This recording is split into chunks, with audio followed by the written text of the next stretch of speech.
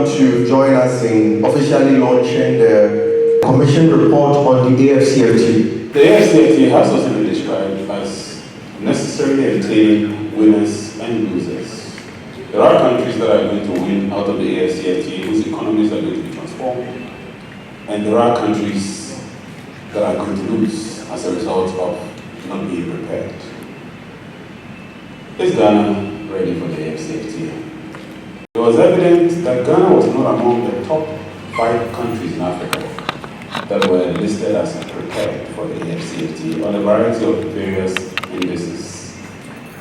It was, I have to confess, on the basis of this that I was struck into wanting to do some inquiry on the extent of Ghana's preparedness for the AfCFTA.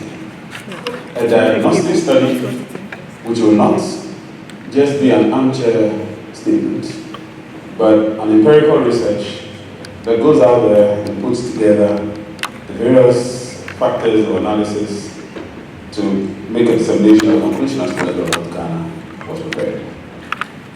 So sometime in April, the UPSA Law School commissioned this report and enlisted the experts, competency and capacity of Ishmael Yamson and Associates and Samu Kubetu and Associates to come together and assist the UPSA Law School by undertaking this diagnostic study and producing a comprehensive report that details out the extent to which Ghana is prepared.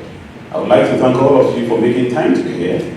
I would like to thank the AfCFTA and Secretariat, or the Secretary General in particular, that although he's not able to join us today, he's sent us a very senior and competent officer of the Secretariat who will be speaking briefly on his behalf. So I would like to welcome all of you to our campus, the UPSA Law School, which has already been, you have been told, is the best in Ghana. I haven't said that, but it's but just be reminded. But yes, we are very delighted to host all of you. And it is my hope that by the time the report is launched, all those who lay hands on it and those who have the opportunity of accessing it online will find it beneficial. To give us some remarks at this point is no other person than the head of the National AfCFTA Coordination Office, Dr. Farid Arthur. Please, let's welcome him. I happen to also be the head of the National Coordination Office, and it would only be fair that, given this opportunity, I would have something to say. Yes, it's true that the AfCFTA has been described in various terms: game changer, paradigm shift, etc., etc. And it is also true that depending on where or what you are looking at, the issue of preparedness comes out differently.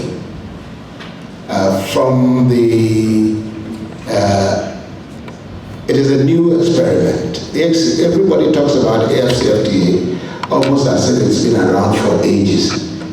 AfCFTA actually came into being on paper in 2019, but it took off in 2021 on the 1st of January, and we are in 2023. So just even for the period of time of existence, the amount of knowledge about it, the amount of buzz about it would show that something different is happening. And therefore, sometimes I try to not hit ourselves too hard when we talk about preparedness. We are still negotiating portions of the WTO 50 plus years down the line.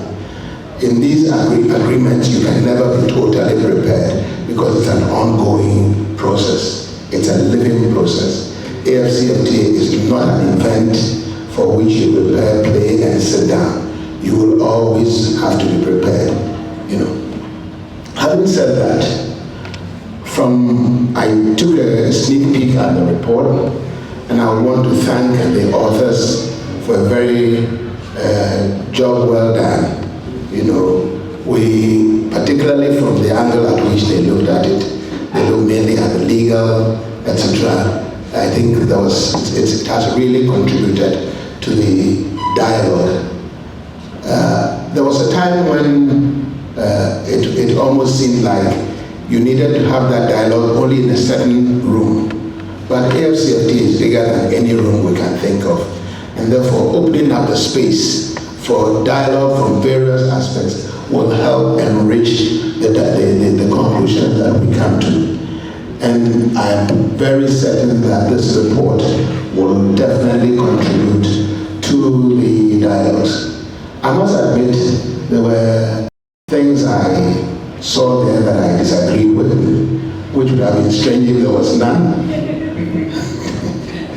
There were things that I also thought could have been expressed differently, which would have been strange. I think that's the reason why this report was commissioned in the first place.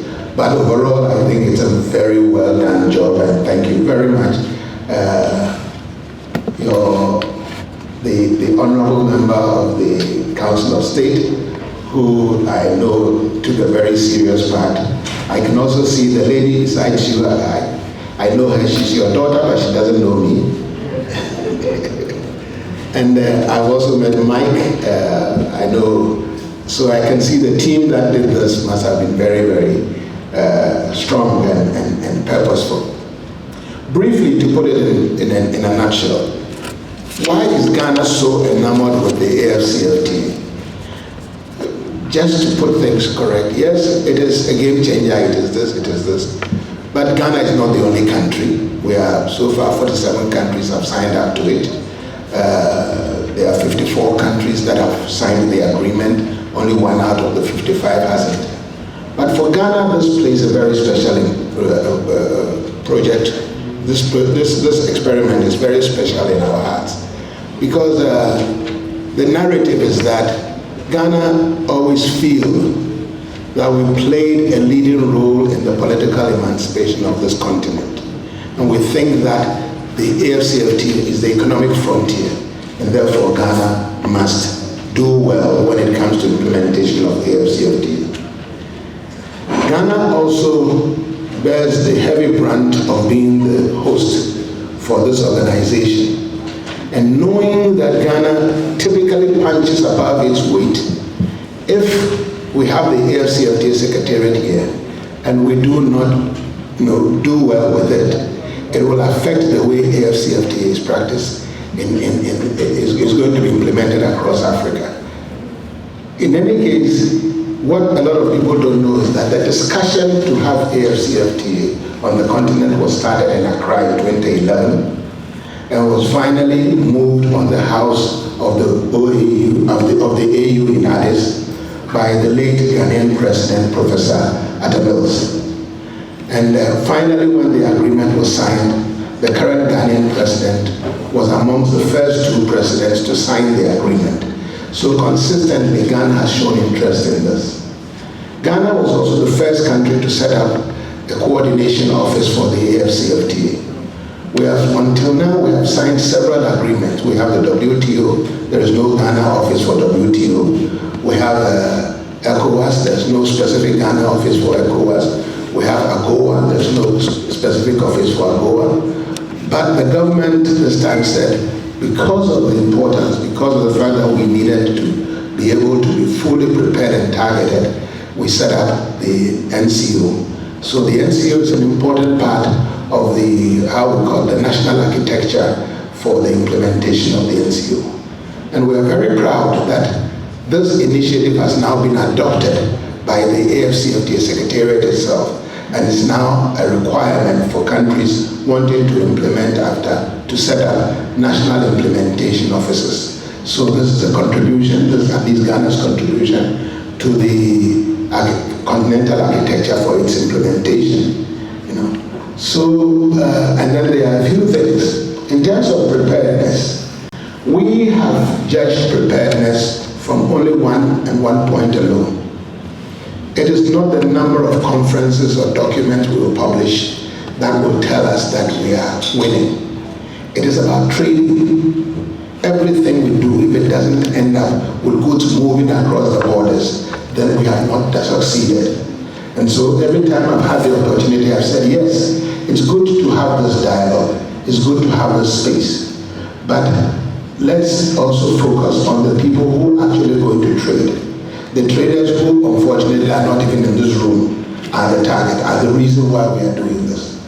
And for the NCO, that has been what has driven us, to the point that last year, in working together with the Secretariat, we participated in the Guided Trade Initiative. And since then, we've successfully been able to take over 60 Ghanaian companies on what we call a market entry expedition to East Africa. And so in our own small ways, we are trying to move the frontier from the public sector to the private sector. And I hope that whilst we discuss all these things, we will keep in focus that preparedness is not about our lawyers, it's not about our politicians, it's not about our economists, it's not about all the others, but about the private sector, the traders. And so anything we do, we have to have that in view. On that note, let me thank you once again for what I believe will be a very brilliant afternoon, and then to wish you all the best. Thank you. Honorable Deputy Minister of Trade and Industry, the Dean of the school, and distinguished delegates and invited guests to the launch of Ghana's preparedness to take advantage of the AfCFTA. And I have seen the title is on the legal, policy, regulatory framework, and so on. I do not have a prepared speech. I just came here to deliver first an apology from the Secretary General. He would very much have liked to be in this engagement, but he had to travel to Kigali in order to be at a board meeting for one of the instruments that we have put in place for the operations of the AfCFTA, which is the adjustment facility, adjustment fund. If you read through the agreement, you will not see anything written there as adjustment fund. It doesn't exist. It is something that has been created as a flanking measure, if you like, an accompanying measure to support the member states in the implementation of the AfCFTA. It is always very difficult to speak after Dr. Farid because he started talking about boosting intra-Africa trade in 2010 here in Accra. And then in 2018, 8 years later, the agreement was signed. And he has said what has happened since 2018. Honorable Minister, working with the member states outside the ratifications and the domestication of the AfCFTA instruments, we are working with the partners to ensure that there are other measures that are put in place to enable the private sector to take advantage of the AfCFTA agreement. And those measures include the establishment of the Pan-African Payment and Settlement System, which was launched last year in January here in Ghana. And it was launched by the President of the Republic of Ghana. What does the Pan-African Payment and Settlement System do? It's a platform that's put there recognizing that we have 42 currencies that are circulating in the continent, and trading with our 42 currencies, would be difficult. But now simplified by the use of the Pan-African Payment and Settlement System. This continental platform builds on the regional mechanisms that had been there with the regional economic communities. In the COMESA, they have a COMESA, they call it a regional payment and settlement system. In SADC, the same. I think in ECOWAS as well, UMOA and so on.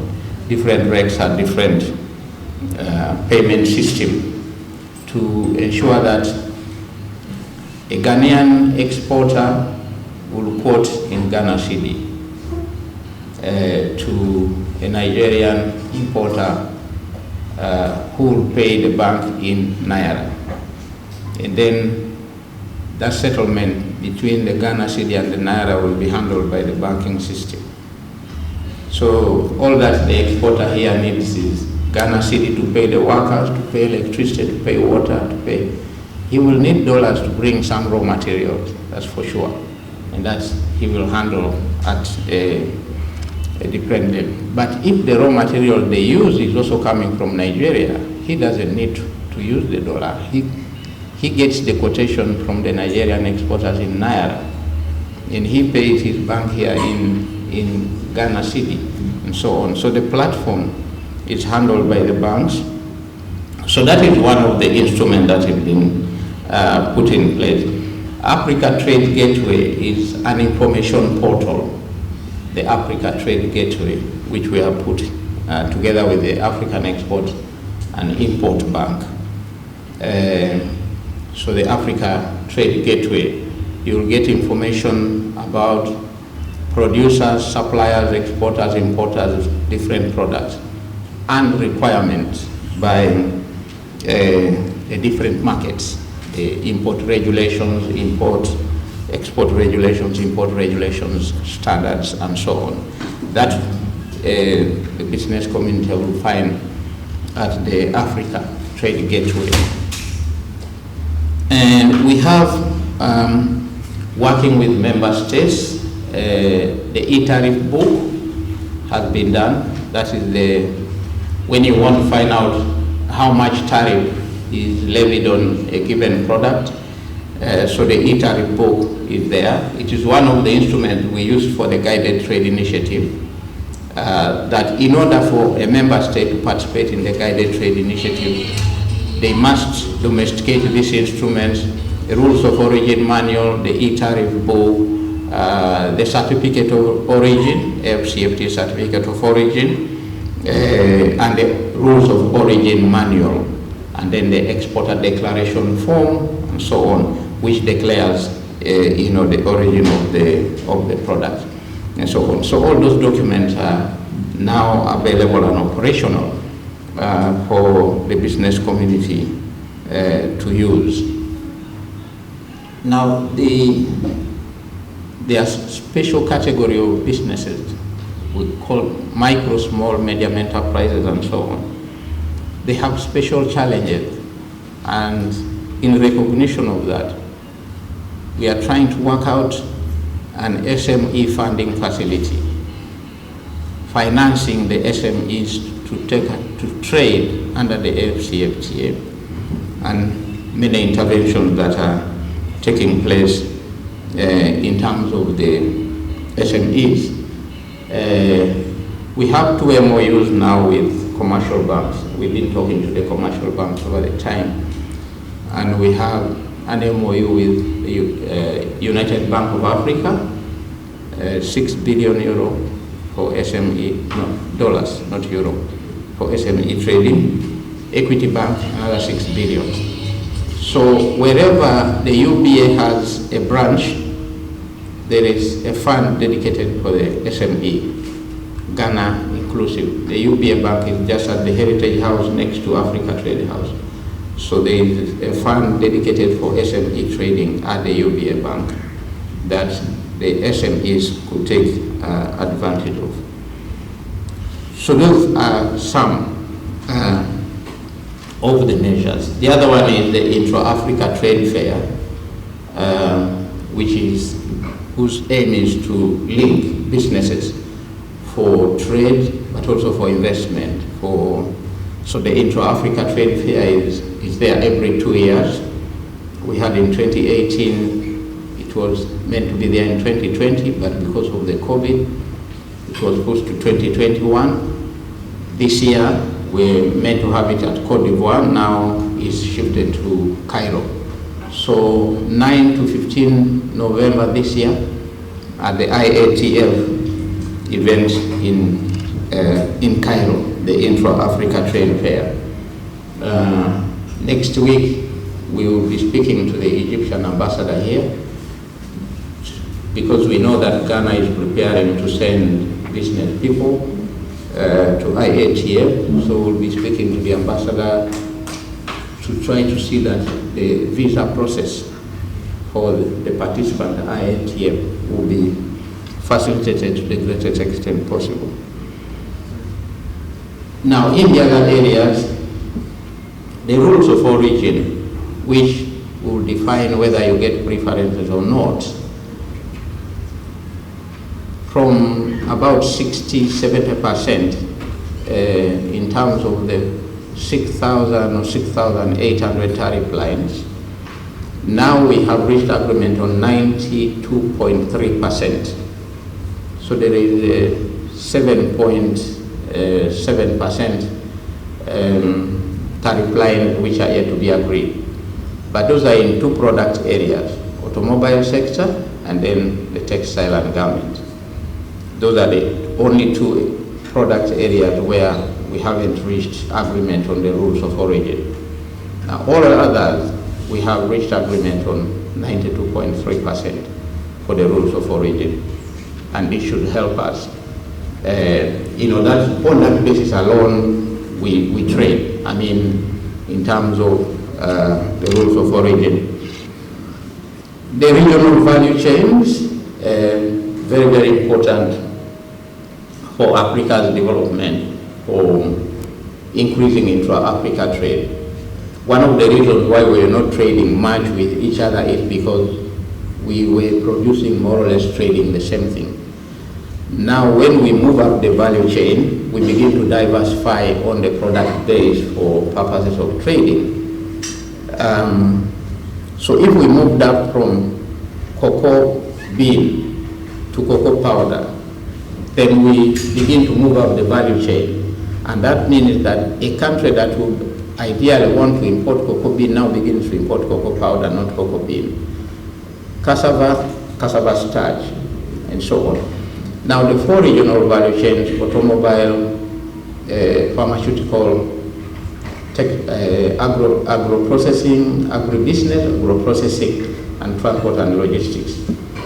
There will be linkages that have to be created in order to create an ecosystem that enables these value chains to move in a way that we all would like to see. Because as Kwehu was saying, we describe the agreement in different ways, game changer. For us at the Secretary, we say it's a development instrument. It's an instrument to catalyze development for Africa. And the regional value chains is one of those areas. Manganese, which is now going as ore, aluminum, bauxite is going out as ore, cocoa is going out as beans. These need to turn in order to be able to feed into the regional value chain. Yesterday I was having a meeting with the SMEs at Movenpick, and one of the things we say to them, if you're into cassava starch, you can feed into the pharmaceutical value chain. If you are into metal processing, you can feed into the automobile sector value chain. You only need to identify what is it that you want to supply to the automobile sector, and so on. Can you make brake pads? Can you make brakes? Can you make brake pads? Can you make brake discs? Can you make, and so on. So those are the areas that we need to move into. The Secretariat developed what we call the private sector strategy for the value chain development. And that was approved by the Assembly of Heads of State and Government. And there is a President Bank put $1 billion for the automobile sector to support value chain development. They put $1 billion. They put $1 billion into the adjustment fund to support member states in the implementation of the AfCFTA. Then we have the other challenges of interconnectivity, customs, trade facilitation in general, from port to port, from port to the interior. And we started a corridor approach to trade facilitation, Abidjan to Lagos, Douala to Libreville, Douala to N'Djamena, and everybody is asking us to do our corridor. So now Abidjan to Dakar, and then from the eastern side, I think Mombasa, Kigali, Beira to Lusaka, and so on. So that all those corridors we are looking at. We don't do roads, we do the software. We interconnect the customs administrations because we saw the challenges. When you go to the border, so you see that in Elubo, Cote d'Ivoire customs does not read Ghana customs. They are just 50 or 100 meters from each other. And Ghana customs doesn't read Cote d'Ivoire customs, and the other way around. So what we want to do is to enable the systems to be interoperable, that when cargo is moving from Abidjan to Accra, Ghana Custom can even sit at their office here in Accra and they see what is in the container, leaving the port of Abidjan or coming from an exporter from Abidjan, just reading the custom system. And then introducing things like electronic cargo tracking, and so on, simplifying the movement of goods for SMEs using simplified documents, simplified trade regime, and so on. So those are some of the interventions that the Secretariat working with member states is doing.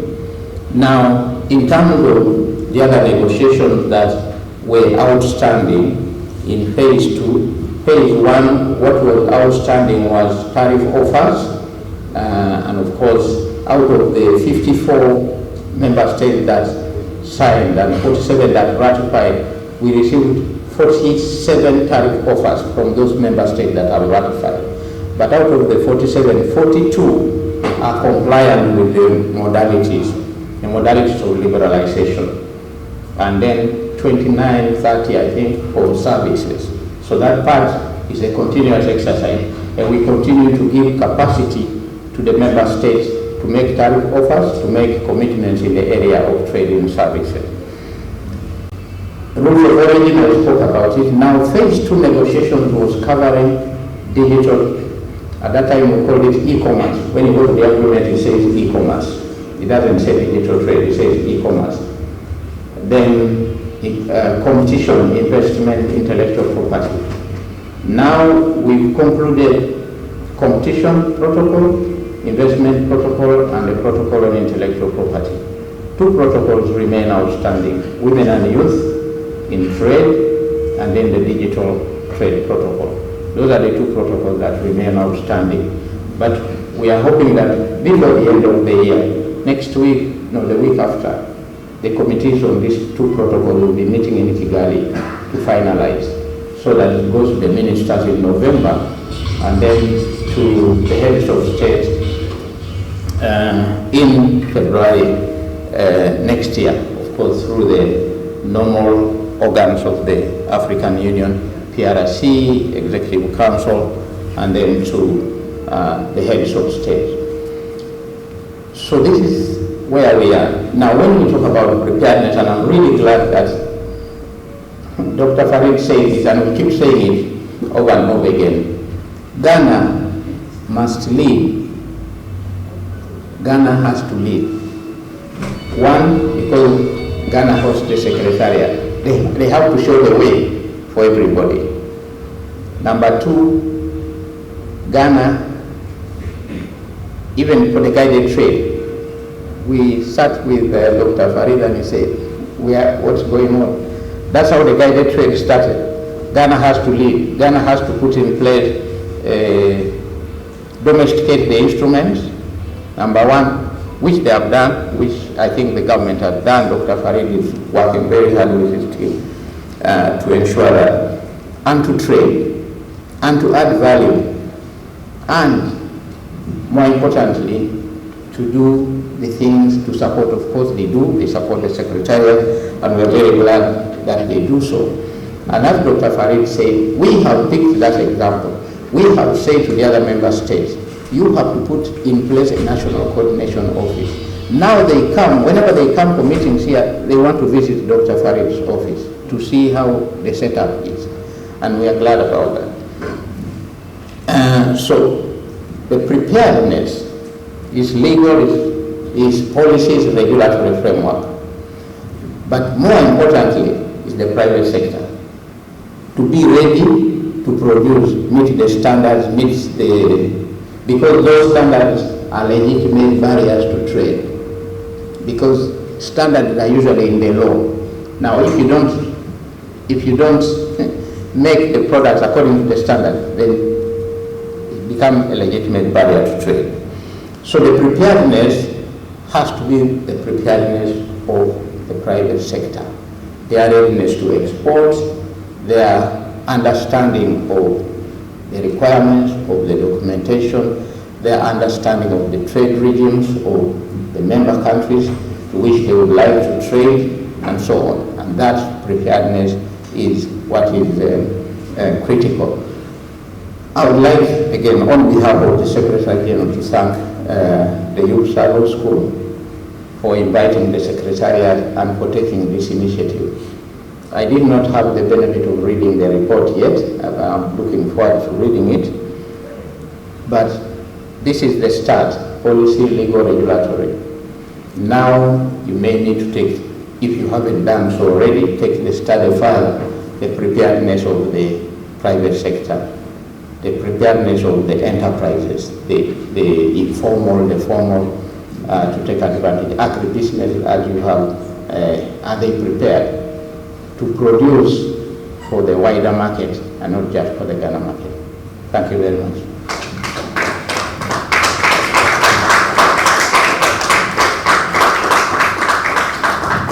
Ladies and gentlemen, at this stage, I have the distinguished honor of inviting to the podium our special guest of honor. He is no person but our Deputy Minister of Trade and Industry, the Honorable Michael Otri, to give us his remarks.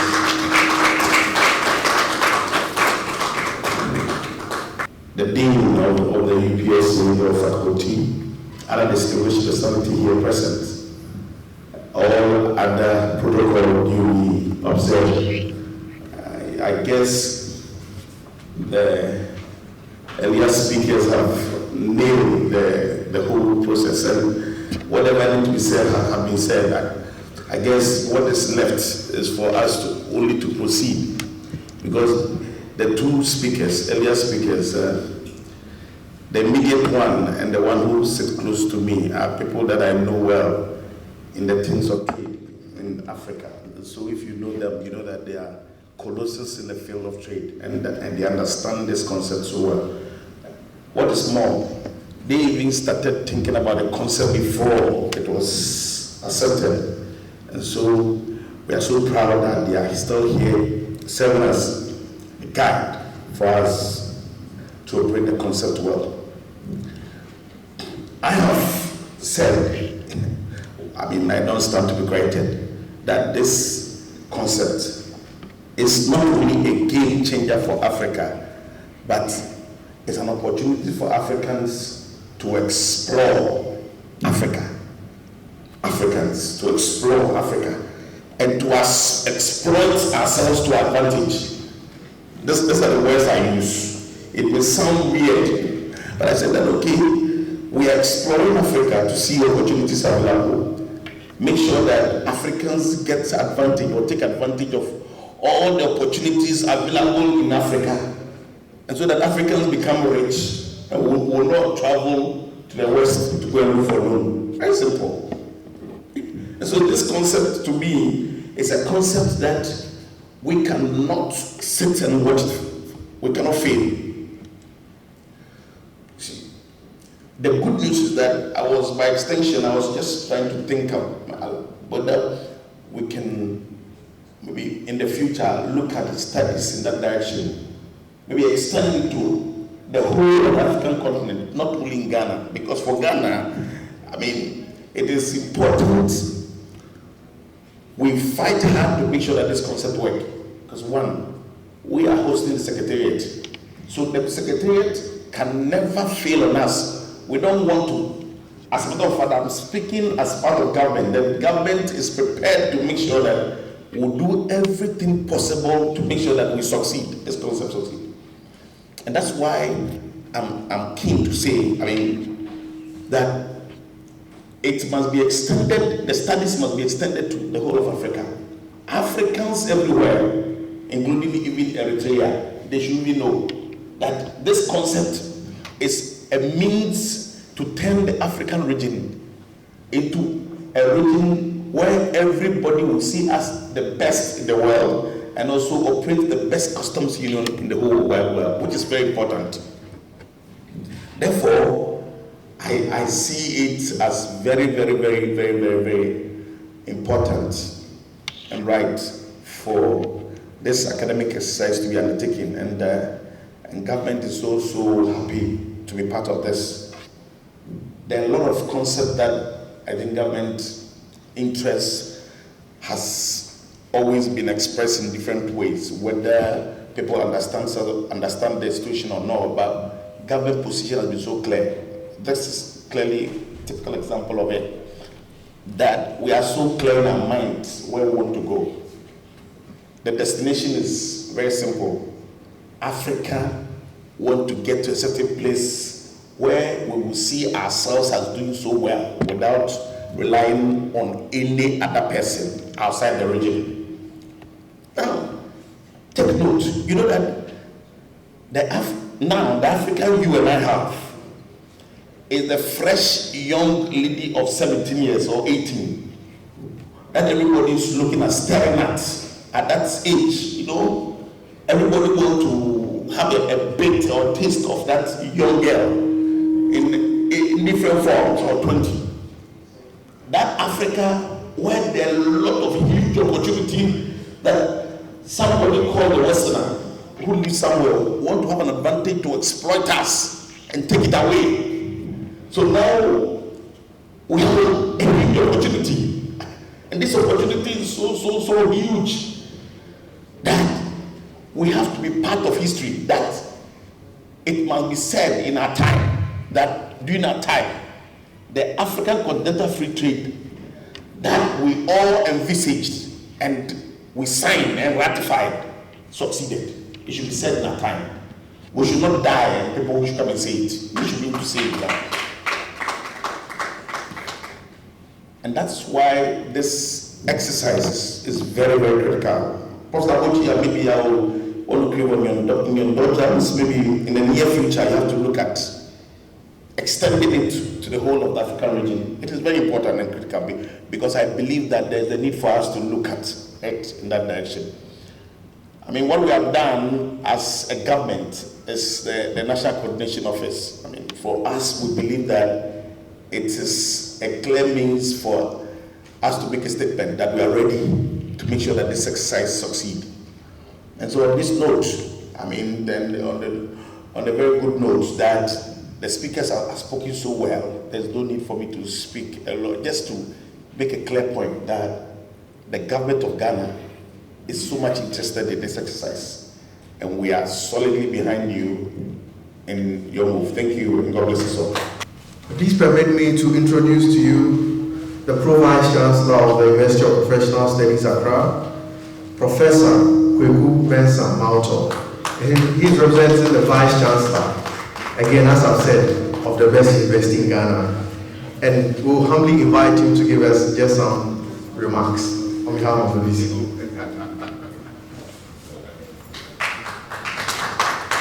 Thank you, Honorable Minister, Senior Kujato, members of the diplomatic corps, hard-working lead of the UPSA Law School, Nime and Name, students, faculty members. On behalf of the Vice Chancellor, let me welcome you to UPSA. Indeed, I should have been here earlier on, but we have a couple of programs on campus and I have to divide myself into bits and pieces for all the programs to start. In fact, this evening I'm so happy that UPSA is launching this very, very important program, which is not just important for this country, but very important for Africa as a whole.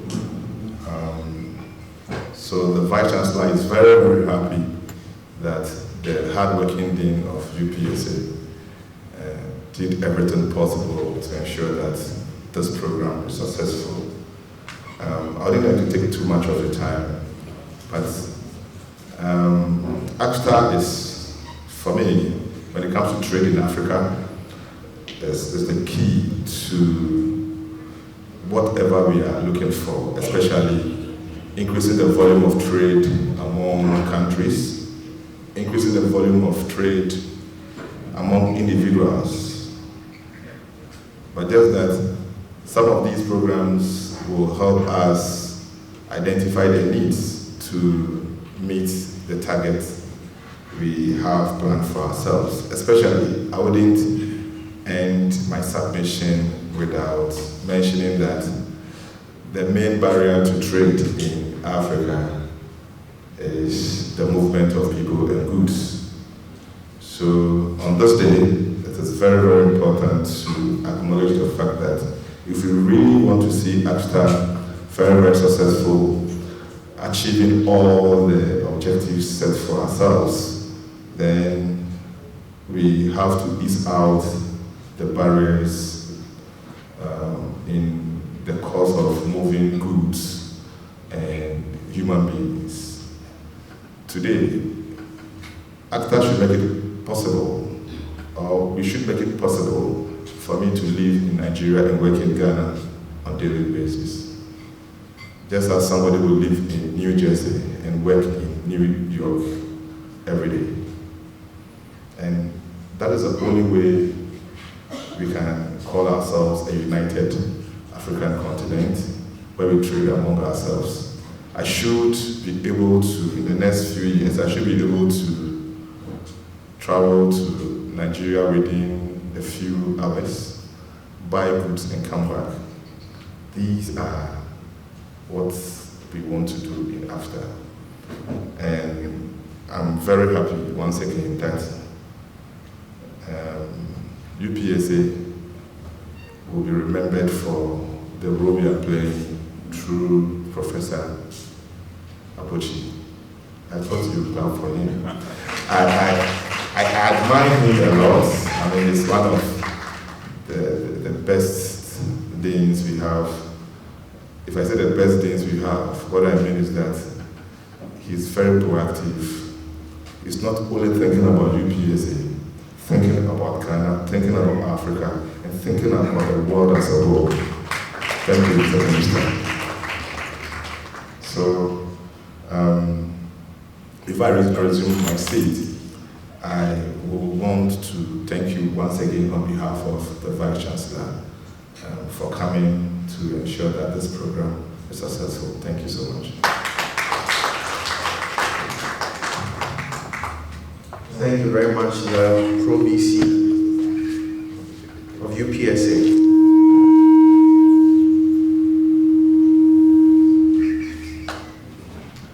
Thank you very much. I'm guessing at this point we're all very hungry to get to the meat of why we're here. So ladies and gentlemen, we are at the point where we'll launch the report. I mean, the main reason why we're here, the report on checking the preparedness of Ghana towards our implementation of the AfCFTA. And to help me, or to do the launch, please help me in inviting to the podium the Honorable Michael Oshribefi. Also help me in inviting Dr. Farid Arthur and the Pro VC of UPSA, Professor Kweku Mensa Malto, to do the launch.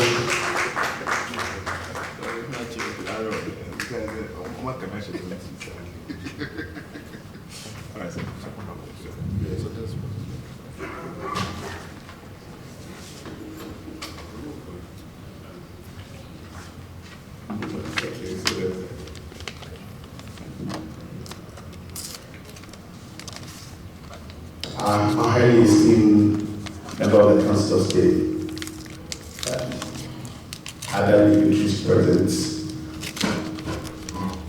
behalf of the Sector Minister, the Minister for Trade and Industry, Honorable Katie Hammond, and also the big man at the African Free Trade Area Secretariat, His Excellency Wabkeri, who has asked permission because he's not able to attend this program today because of under equally important programs in elsewhere, so he's not able to attend.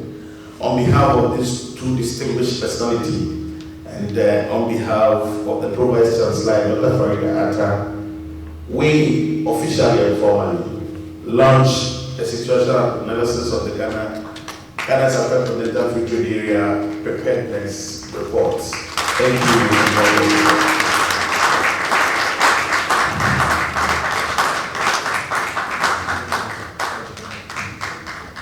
Thank you very much. Please clap for them as they take their seats.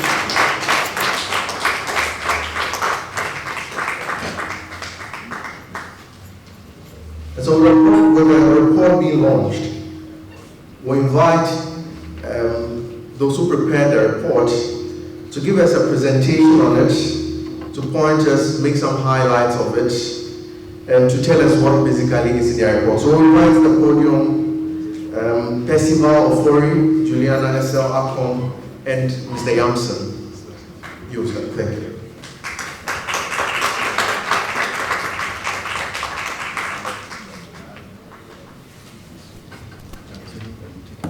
So, I think it was my namesake, the Deputy Minister Michael, who said, no, it was the Pro Vice Chancellor, who said that the biggest problem in Africa right now is the free movement of goods and people. And today we began to solve that a little bit. When this project was first given to Shoyabs and Associates and some of Digital Associates, Esme and I took a decision that we would allow free movement up the corporate ladder. One of the most important things in any major project, such as the AfCFTA, is buy-in.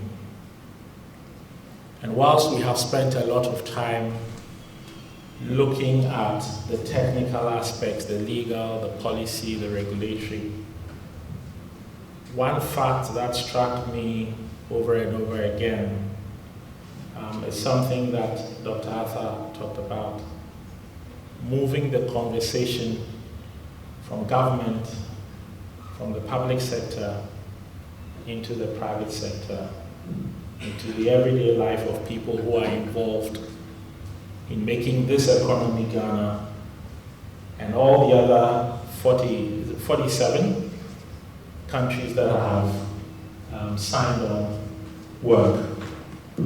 I think we are really going to struggle.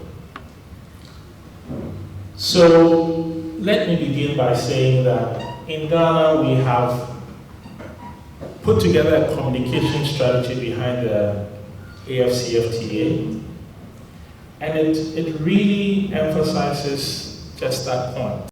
So the strategy talked about making trade associations aware of the work that is being done to operationalize the AfCFTA. It talked about financial institutions being aware, and I've heard talk today about the PAPs. Transporters and service providers. Many years ago, people began to run Accra-Lagos passenger transport. And it became, they started moving in air-conditioned cars.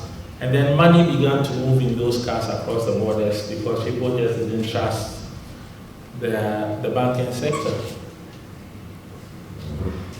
Now PAPs will resolve part of that problem.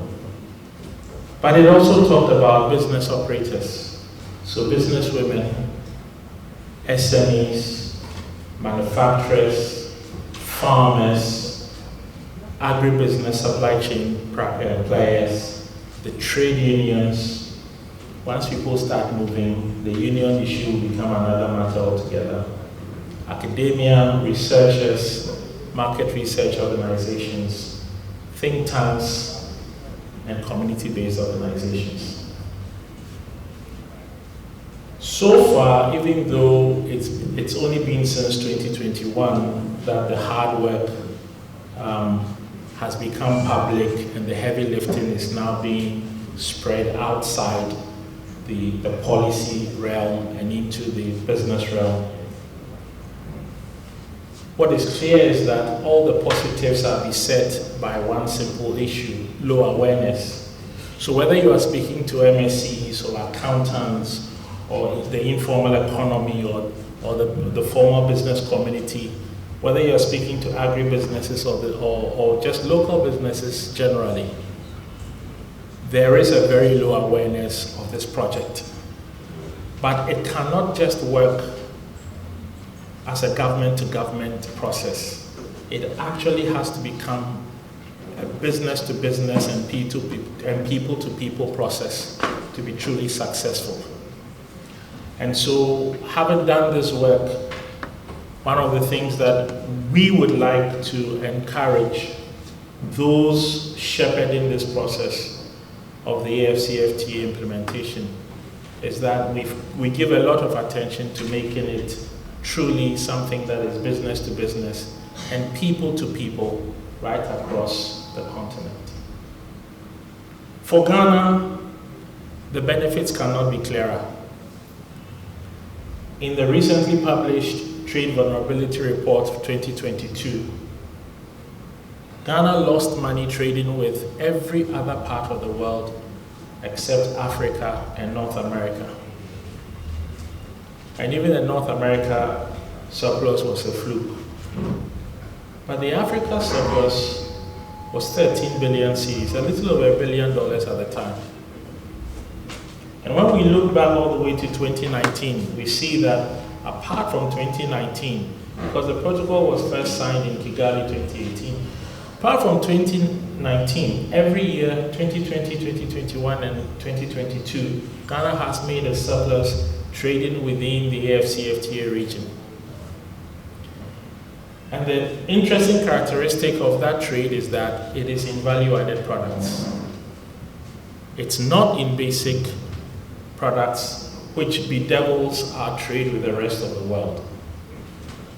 And so there is every reason why we should believe in the concept. There is every reason why we should be able to move away from that old saying that we all make basic goods. So who will supply whom? The truth of the matter is that once we begin to trade with each other, the conversation is not about non-value added goods. It very quickly becomes about where there is technology, where there is investment, where there is industry, and indeed countries begin to record a very different shape and characteristic in the elements of their trade. The final point that I'll make has to be with the ambition. The whole AfCFTA market is about $6.8 trillion in purchasing power parity terms, compared to an OECD market which is 64.9 trillion, and a G7 market which is 48.8 trillion. In terms of population, the AfCFTA region has about 1.4 billion people compared to 1.3 billion in the OECD and about 760 million in the G7. But here comes the interesting facts. The GDP per capita in our region is about $4,800 compared to $49,900 in the OECD. We have to get 10 times bigger, even in current terms, to begin to match up. And we have a long way to go. Compare that to the G7, who have $64,200 average GDP per capita. We are 13 times smaller. So for me, the time to focus is now, and the focus should not be about who is an elephant, who is a butterfly, and who is an umbrella. The conversation on Saturday mornings should not be about the most recent scandal. We should leave that to the courts and the other bodies responsible for making sure we all lead disciplined lives. But more of the discussion in the media, more of the discussion on Saturday mornings when we all have some headspace, should now be devoted to talking about issues of trade, growth, industrialization, governance in the public, in the private sector, and how we build the export capacity of our country and all the other countries within the region trading amongst ourselves. So I want to thank you very much for coming. I want to thank the media houses who are devoting time to learning about this work that we have done. And don't just report the technical work, but also report the fact that our trade becomes more value added when we trade amongst ourselves. And we have a long way to go. But thank you for being part of the journey forward.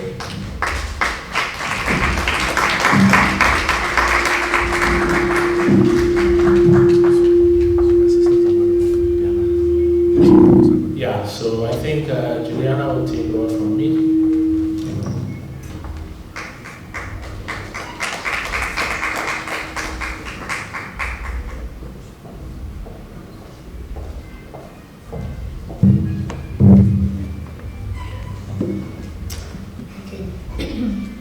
Good evening, distinguished ladies and gentlemen, all protocols duly observed. You would agree with me that so far we've had only male speakers, so I'm privileged to be the first woman here at the podium. Okay, so I'll move on quickly to provide you with some insights into the report.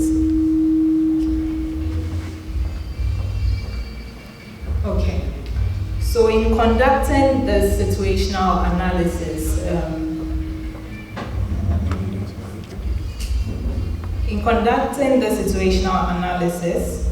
we came across some limitations. The first has to do with the fact that the AfCFTA agreement is itself a very new phenomenon, even though the history of an African continental free trade area dates as far back as 1980.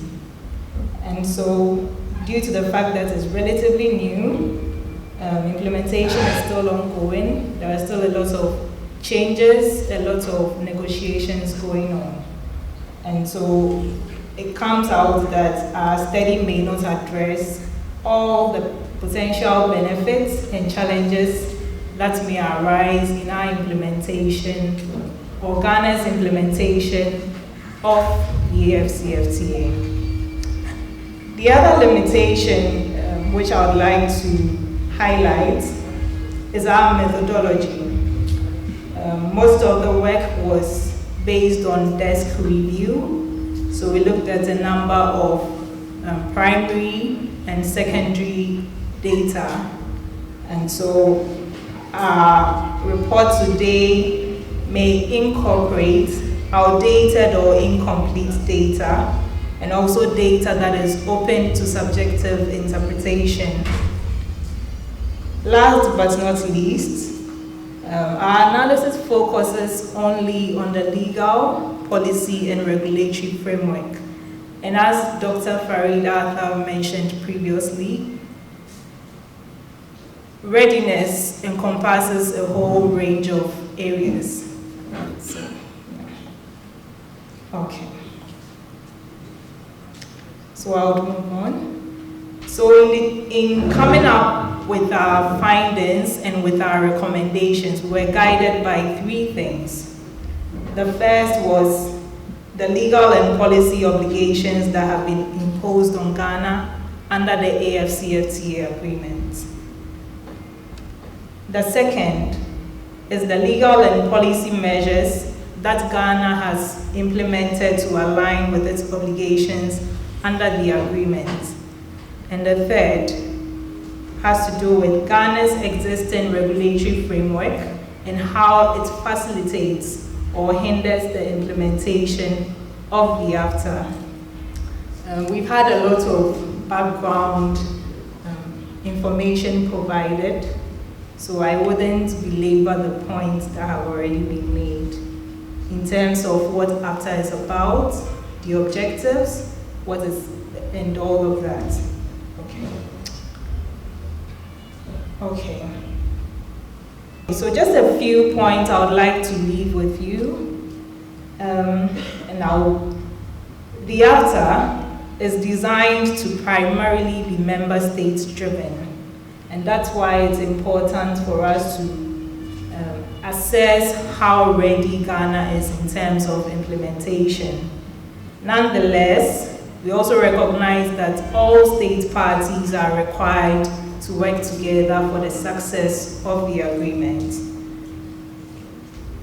Another thing is that changes in law resulting from the AfCFTA are to be domesticated into our national laws in all individual party states. Again, full implementation is anticipated to occur gradually through a series of steps dependent on each country's legal structure. And the agreement itself allows for periodic review from time to time, and this is currently set at every 5 years. It also allows for the flexibility to negotiate additional instruments. And this all boils down to the fact that the agreement has an inherent flexibility to make it responsive to new trade opportunities and challenges as they may arise. Okay. So in looking at Ghana's implementation framework, we did recognize Ghana's institutional framework as we have it currently, and we also looked at the policy framework. We recognize that so far we have a national AfCFTA policy framework, an action plan for boosting Ghana's trade with Africa under AfCFTA. And then we also have the National Export Development Strategy. We then went on to look or delve very deeply into the relationship between Ghana's existing laws and the AfCFTA agreement. So we do so by looking at how the 1992 Constitution itself aligns with the agreement.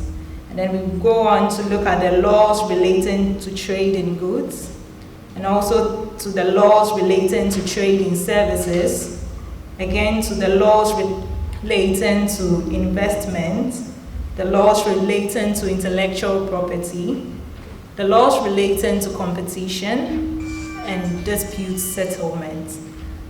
I'd like to point out that although this report is as comprehensive as we have made it to be, we did not in fact look at every single law. There were some key laws that we decided were much more important to be focused on rather everything that we have. And so at this point, I will hand over to my colleague, Percival, who would talk us more through the legal and regulatory analysis. Thank you.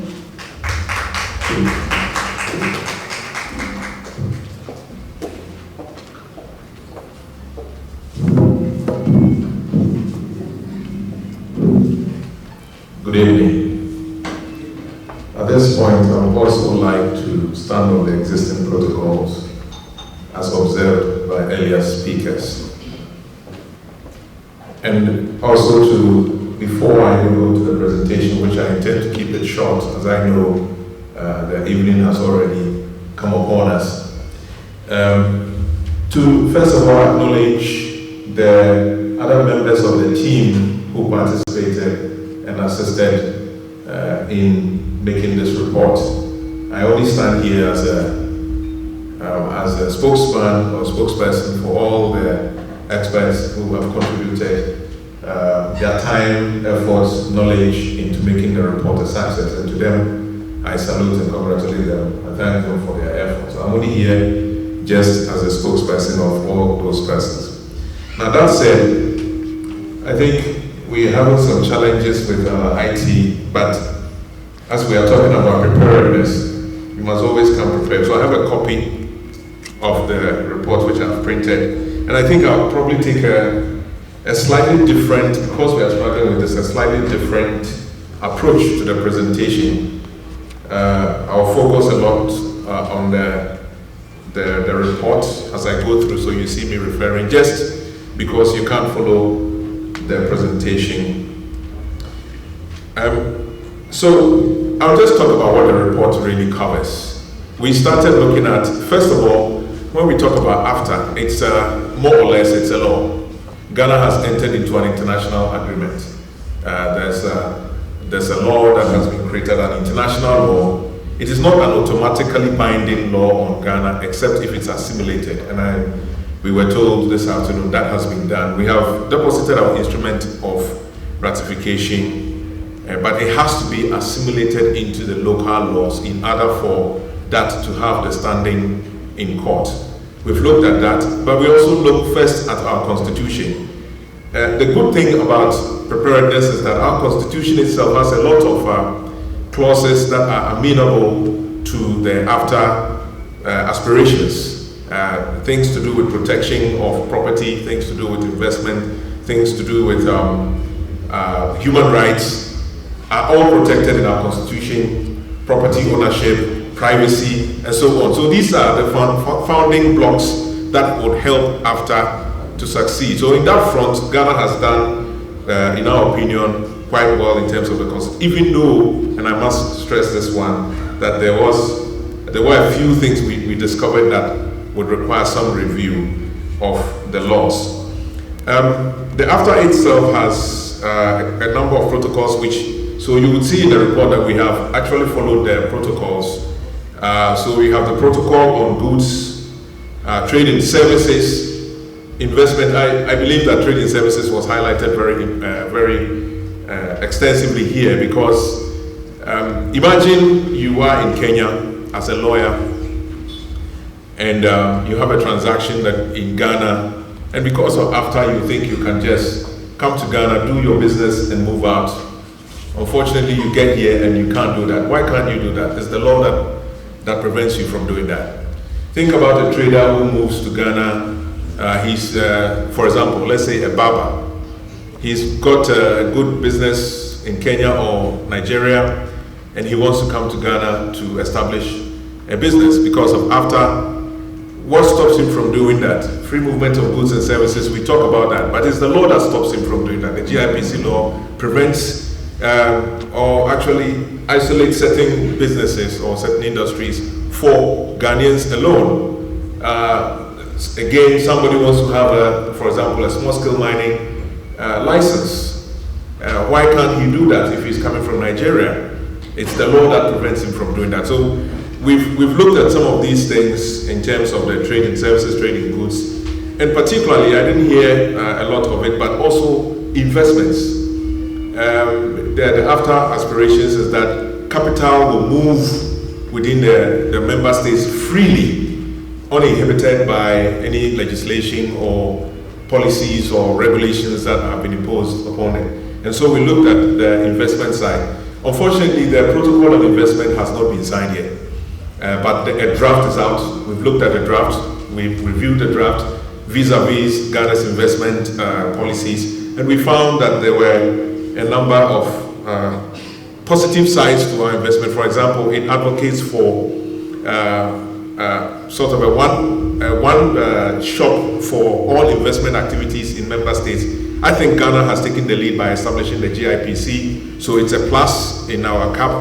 Unfortunately, the GIPC itself has come under, GIPC Act has come under a lot of fire from international communities, precisely because of some of the things that are in the law. You are required to register, you are required to get that approval before you can start. it is subject to the discretion of the officials who are there, which means that there is a bottleneck that is there that will prevent you from doing it. And then minimum capital requirement, there are certain, so these are laws that actually do not endear themselves very well to the aspirations of AfCFTA in terms of free movement of goods and services. We looked at all those ones. And then, so in looking at trade, in looking at investment, in looking at services, we actually came to the conclusion, and you find that in the report, what the effectiveness of Ghana's legal regime and framework is.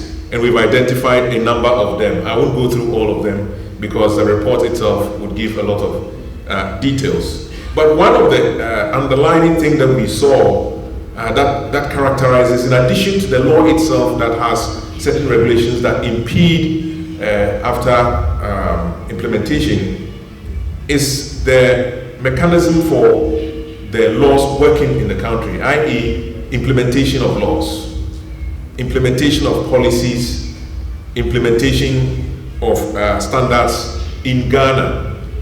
You will find in the reports, if you do the analysis, that they say every time in Ghana we have a lot of laws, we have a lot of policies, but the most important thing when it comes to these laws is that most of them are not enforced or not implemented. And so because of that, you have a challenge. So that is one critical thing that actually comes across when you start looking at the laws vis-a-vis the implementation of AfCFTA. It's something that we have highlighted in the report as a recommendation that the implementation of laws must follow a very good procedure, that it will be effective, and that we will see some traction on that front. So something that we find, we've looked at that. Of course, then in the area of the laws also we've looked at, and we saw overlapping regulations, and these are not just our words. These are words that international communities have highlighted of investors or traders coming into the country.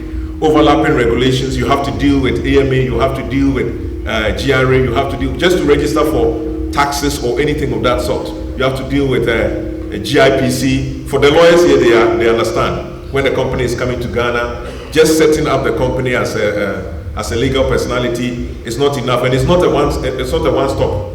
You have to go to different institutions, traverse different people before you actually get the chance to conduct your business. So we've captured all that. There's a tax regime also that AfCFTA is promoting.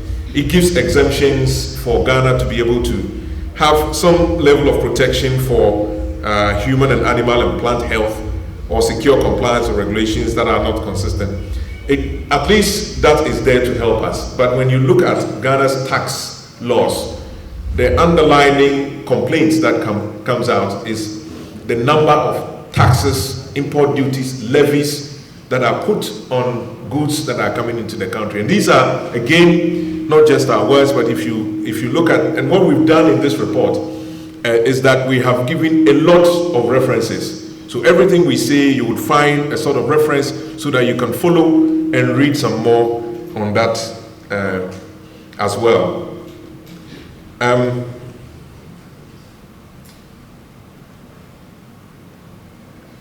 I'll touch a bit on our findings in terms of local content. Again, these are concerns that if we are going to implement AfCFTA requires the free movement of goods and services, of capital. It requires that you give fair treatment. There are principles, international trading principles of law that are advocated in the agreement. But if you look at Ghana and some of the laws that apply to the industries, and in the report we couldn't cover all the industries, so we've taken pains to cover at least 3 of them in respect of some of these laws. We've covered mining, we've covered banking, and then we've covered insurance. And in all these ones, you will see that for mining, for example, there are local content regulations that prevent people from actually coming in. If you look at the GIPC law, there's also quota system that doesn't allow easy people to actually come in. Even if you set up, you have to actually allow for Ghanaian trading so that Ghanaians will take over. Now these things will protect Ghana, that is true. But in terms of AfCFTA and preparedness, there are things that we have to look at. The good thing that we saw is that many of these challenges have also been in a way identified by the AfCFTA national plan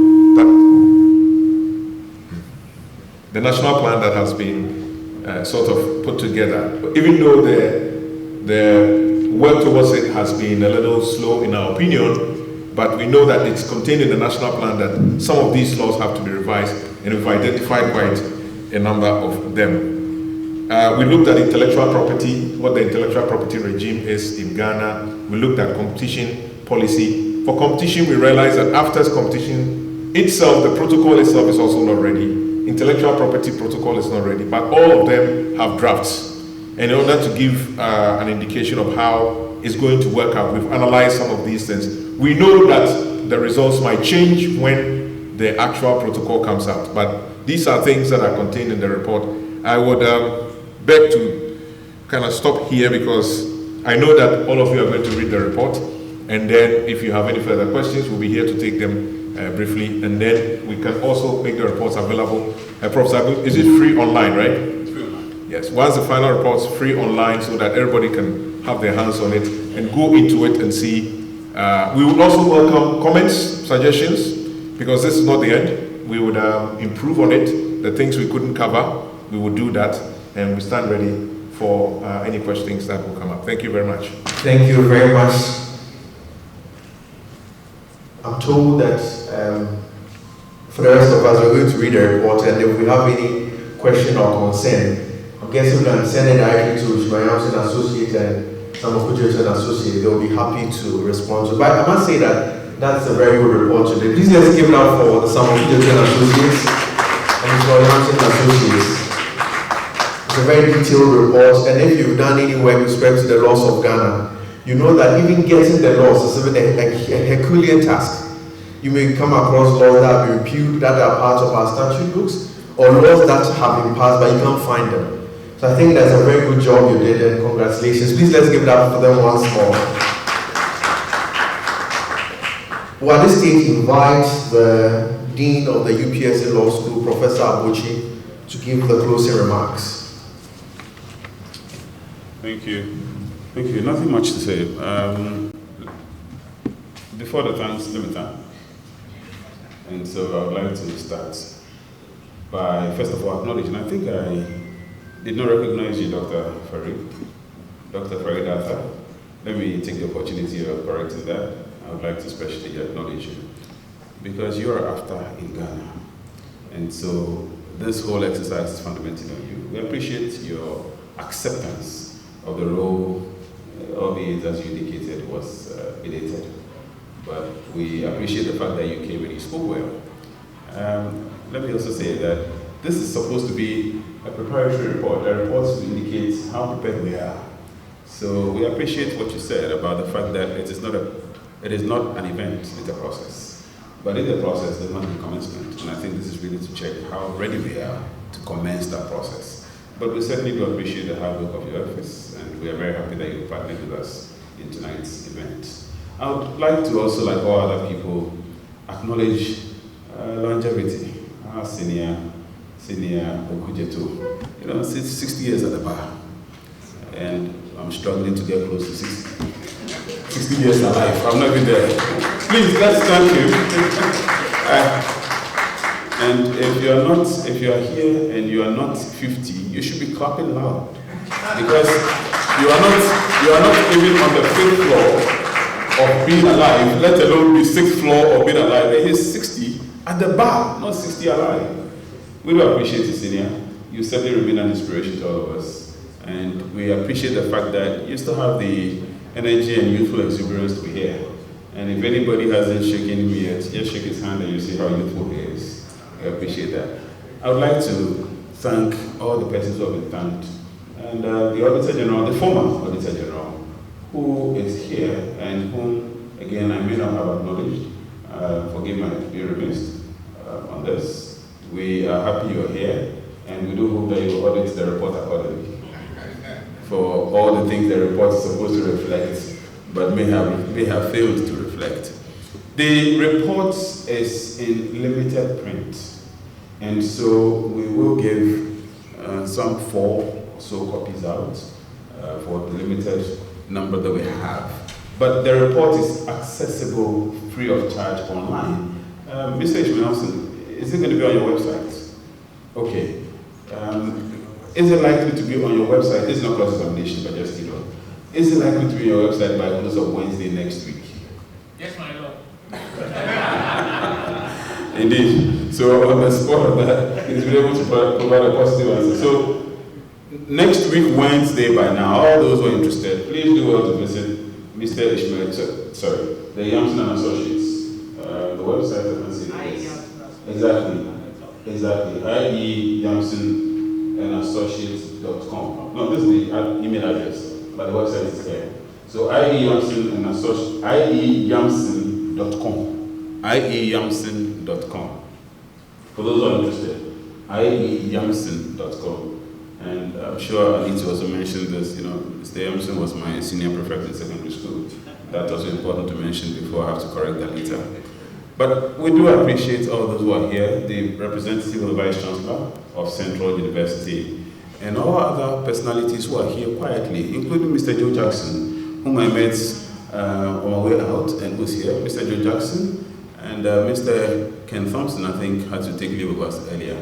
But otherwise, I'm sure there are many. Yes, I can see my good friend Michelle. That's the CEO of Unicam. Please acknowledge the CEO of Unicam.